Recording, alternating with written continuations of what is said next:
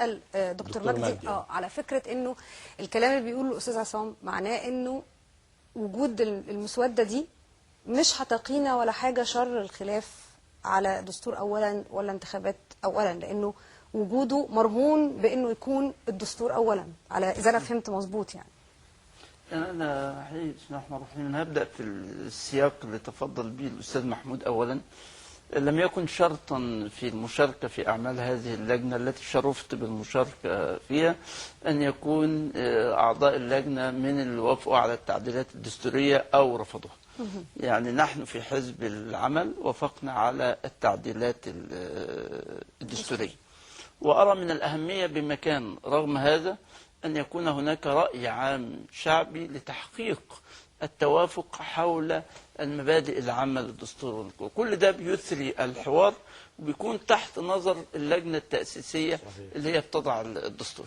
حتى أن الأستاذ عصام استشهد بدستور اللجنة الشعبية اللي اتحط سنة 91 ويدوب بتوزع مع بعض الصحف وبقى في مكتبات المهتمين بالدستور، لكن لما جاء الوقت المناسب من المفيد ان احنا نرجع ليه. اذا هذه اللجنه من الاهميه بمكان على لجنه الوفاق.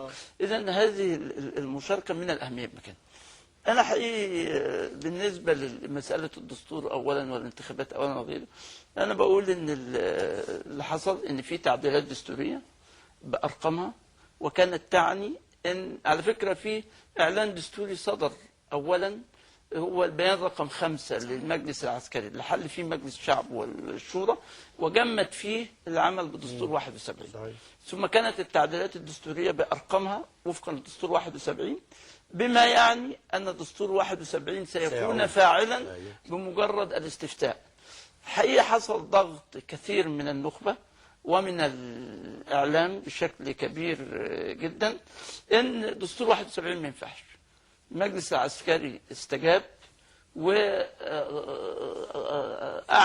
الإعلان الدستوري الثاني وليس الإعلان الدستوري الأول، وضمنوا 63 مادة من بينهم التسع مواد التي تم الاستفتاء عليها، ولم يتم الاعتراض على أي من هذه المواد، لأن هذه المواد محل توافق من الشعب. أنا فاهم، لكن هو بيتحرك بالشرعية الثورية وبالصلاحيات التي أعطيت له. أقر ال 63 واختار ال 63 مادة اللي عليها توافق، بدليل ما حدش اعترض غير على المادة 60. طب واعترضوا على المادة 60 ليه؟ أنا أظن أيضا المجلس العسكري استجاب للنخبة وللضغوط في تعديل المادة 60. ليه؟ النخبة قالت ما ينفعش. المادة 189 بتقول إن اللي هيدعو لتأسيس اللجنة التأسيسية رئيس الجمهورية.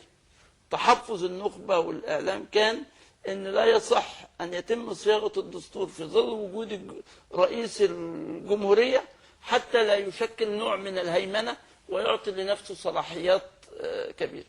فأعمل التعديل الشكلي. أنا عارف إن المجلس العسكري هو اللي هيدعو بحيث أن يتم صياغة الدستور الجديد في غيبة رئيس الجمهورية، وبالتالي يكون أكثر تعبيرا عن الإرادة الشعبية ومن أعضاء منتخبين من الشعب. طيب احنا تجاوزنا نقطة دي.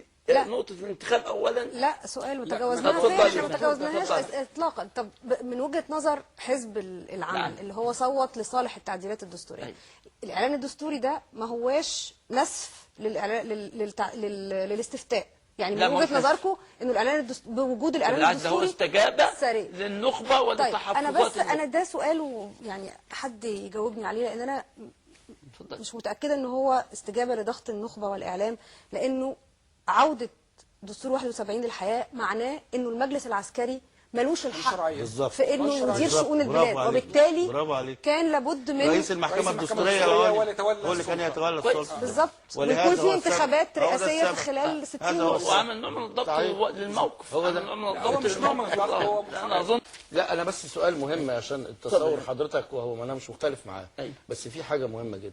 لو انه هو انا بس سؤال مهم عشان التصور حضرتك، وهو انا مش مختلف معاه، بس في حاجه مهمه جدا. لو انه هو استجاب بما تم من تعديلات دستوريه بالاستفتاء، فعاد دستور 71 الى الحياه. مظبوط. ايه النتيجه المترتبه على ده؟ من الذي يباشر سلطات رئيس الجمهوريه المنحل؟ لا، رئيس الجمهوريه، المجلس العسكري بحكم عدم وجود رئيس جمهوريه. وضع طبيعي جدا، كان ياخد كل صلاحيات ما بيقولش كده. دستور 71 كان بيقول ايه؟ الشعب والمحكمه الاستقاله تقدم الى مجلس الشعب مظبوط. في حاله خلو، وبالتالي يبقى رئيس مجلس الشعب اللي بيباشر، او في حاله خلو منصب رئيس الجمهوريه يتولاها رئيس مجلس الشعب، فاذا لم يكن موجودا فرئيس المحكمه الدستوريه العليا. فالنتيجه الطبيعيه لو عاد دستور 71 للحياه كان يتولى مهام رئيس الجمهوريه مؤقتا رئيس المحكمه الدستوريه. لكن يسبق دستور 71. انا بس عايز اقول اتفضل.